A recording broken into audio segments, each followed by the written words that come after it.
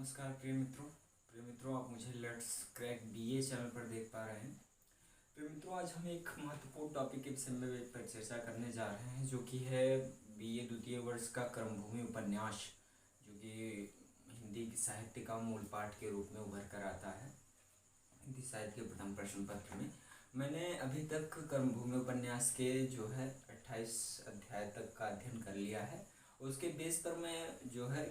कुछ संक्षेप में उसकी जानकारी आप तक उपलब्ध कराने का प्रयास कर रहा हूँ, जिसमें मैंने अभी तक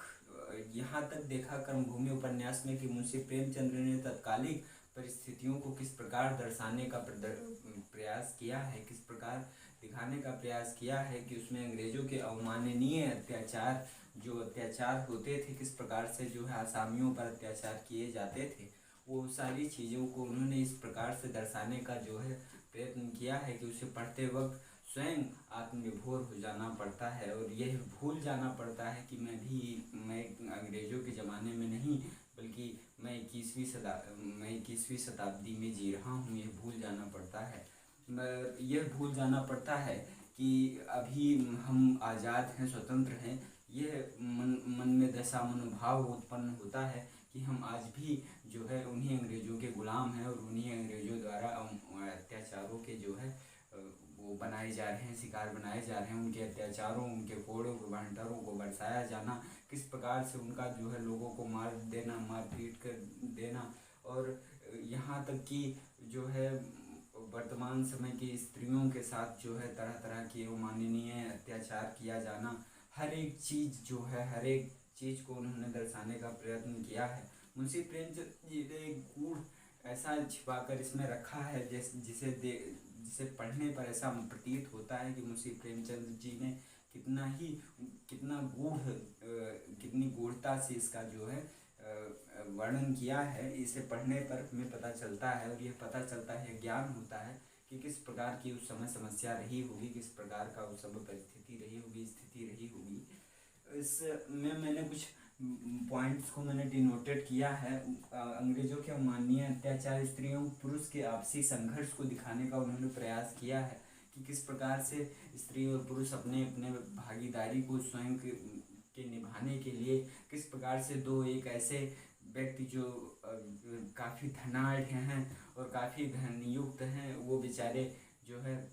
गरीबों के जो है हक के लिए संघर्ष करते हैं और अपने स्वयं के जो है सुखों का त्याग करके, बलिदान करके, जो है स्वयं के सुखों को त्याग करके, वो जो है सुखदा नाम की जो कि अमरकांत की पत्नी होती है, वो भी बेचारी तरह तरह की जो कि विलासिनी होती है। शुरू में ऐसा प्रतीत होता है कि ये विलासिनी की तरह की स्त्री है, जिसे जो है गरीबों से कोई सहानुभूति नहीं है, परंतु बाद में जो है उसके चरित्र को जो है बाद में ऐसा उसका चरित्र उभर कर आता है कि ऐसा प्रतीत होता है कि हाँ, स्त्री भी एक जो है परिवर्तन कर सकती है, समाज को परिवर्तित कर सकती है। एक स्त्री जो है दलितों को मंदिर में जाने के लिए जो है संघर्ष करती है और उसके परिप्रेक्ष्य में जो है तरह तरह से जो है वो जो है दलितों के लिए और अछूतों के लिए जो है तरह तरह की जो है वो प्रयास करती है और उन्हें हक दिलाने का प्रयास करती है। साथ ही साथ इधर अमरकांत जो है किसानों के जो किसानों से जो लगान लिया जाता है 12 रुपये प्रति आने, उसको कम कराने के लिए जो है अथक प्रयास करता है। अमरकांत तरह तरह की जो है चीज़ें प्रदर्शित की गई हैं, उसमें दिखाया गया है, दर्शाया गया है। ये सब पढ़ने के बाद आपको पता चलेगा। अभी मैं फ़िलहाल संक्षेप में उसका वर्णन कर रहा हूँ और अगले वीडियो में मैं उसका विस्तारित रूप से वर्णन करूँगा और एक एक तरह से मैं समझाते हुए चलूँगा कि किस प्रकार सर्वप्रथम जब कहानी का प्रारंभ होता है तो क्वींस कॉलेज में जो है दो ऐसे जो है वाराणसी के क्वींस कॉलेज में दो ऐसे छात्र पढ़ रहे होते हैं जो कि अल्पायु के होते हैं और वो बेचारे जो है एक दूसरे पर, उन्हें किसी चीज़ की कोई समझ नहीं होती है। चित्रण यहाँ से किया है मुंशी प्रेमचंद जी ने कि किस प्रकार से अंग्रेजी शासन में रहते हुए वो दोनों ने जो है अमरकांत और सलीम नाम के दो मित्र क्वींस कॉलेज में वाराणसी में पढ़ते हैं और फिर उसके बाद धीरे धीरे जो है वो किस प्रकार से संघर्ष करते हैं, किस प्रकार से जो है उसमें कई पात्र हैं जिनके जो है कार्य जो है बूढ़ी पठानी उसके कार्य भी सराहनीय हैं। और जो है तरह तरह के जो है कला उसमें जो है पात्र हैं जिनका जो है विशेष स्थान हो जाता है और जिनके विषय में वर्णन किया जाना बहुत ही गूढ़ और अपने आप में एक बहुत ही मर्मभेदी कार्य है, जो कि एकदम मर्मता से उसको अध्ययन करने के बाद में पता चलता है। उसको अध्ययन करके उसको पढ़ के ऐसा प्रतीत होता है, ऐसा मालूम होता है कि मैं नहीं रहा, मैं जो है उस समय 1919 या 1936 जिस भी काल में उन्होंने रचना की होगी उस काल में मैं पहुंच गया हूँ। अंग्रेज़ों के अमानवीय अत्याचारों के खिलाफ जब भी कोई बोलता था तो उसे या तो कोड़ों से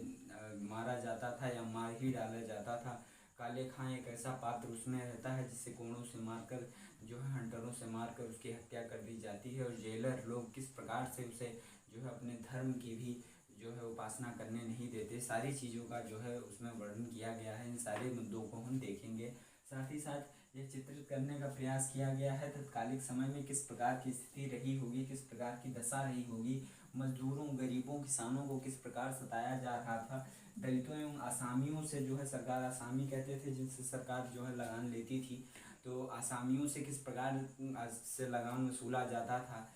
मंदी हो चली थी और मंदी के दौर में भी जो है आसामियों पर अत्याचार किए जाते थे कि आसामी जो है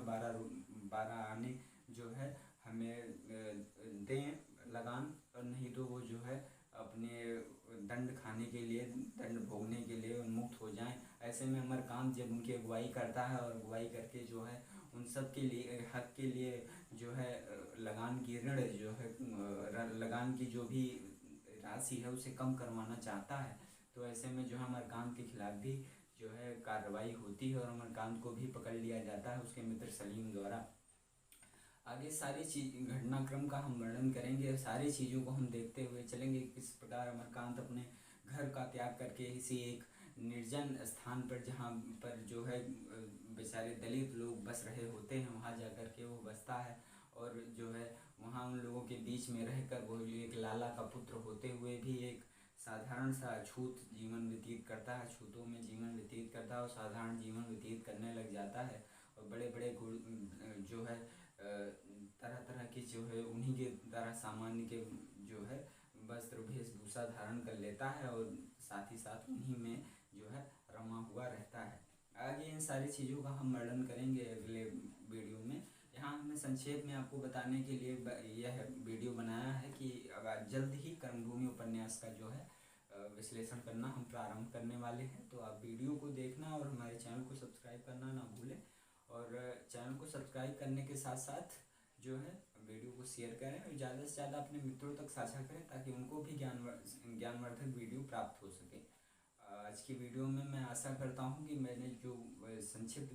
विवरण दिया है क्रमभूमि का वो पर्याप्त होगा। यदि पर्याप्त है तो आप कमेंट बॉक्स में कमेंट करके हमें अवश्य बताएं। और साथ ही साथ मैं वर्तमान समय की परिस्थितियों का अवलोकन करते हुए मैं साथ ही साथ कहना चाहूँगा, कुछ मेरे युवा साथी हैं, मेरे युवा भाई हैं जिनकी उम्र 23 या 24 की अवस्था हो गई है, वो अग्निपथ योजना जो कि सरकार द्वारा चलाई जा रही है उसका विरोध कर रहे हैं। मैं उनको एक सीधी सी छोटी सी सलाह देना चाहूँगा, सांत्वना देना चाहूँगा। वैसे मेरा कोई वो नहीं है, पर मैं उनको एक छोटी सी सांत्वना देना चाहूँगा कि प्रिय मित्र, यद्यपि आपका उम्र ख़त्म हो गया है, यद्यपि आपकी आयु सीमा समाप्त है, तो आप जो है किसी अन्य क्षेत्र में जो है अपना जो है प्रयास करें और किसी अन्य क्षेत्र में जाने का प्रयास करें। अंततः आपकी लाइफ, आपका जीवन जो है वो खराब हो जाएगा। इसलिए जो हुआ सो हुआ, ठीक है। पुन पछताए होत का जब चिड़िया चुग गई खेत। तो इसलिए जो है जो हो चुका है उसके लिए चिंता ना करें और अपने भविष्य पर जो है फोकस दें, अपने भविष्य को संवारने का प्रयास करें, ये सबसे ज़्यादा उचित होगा। आज की वीडियो में यहीं तक।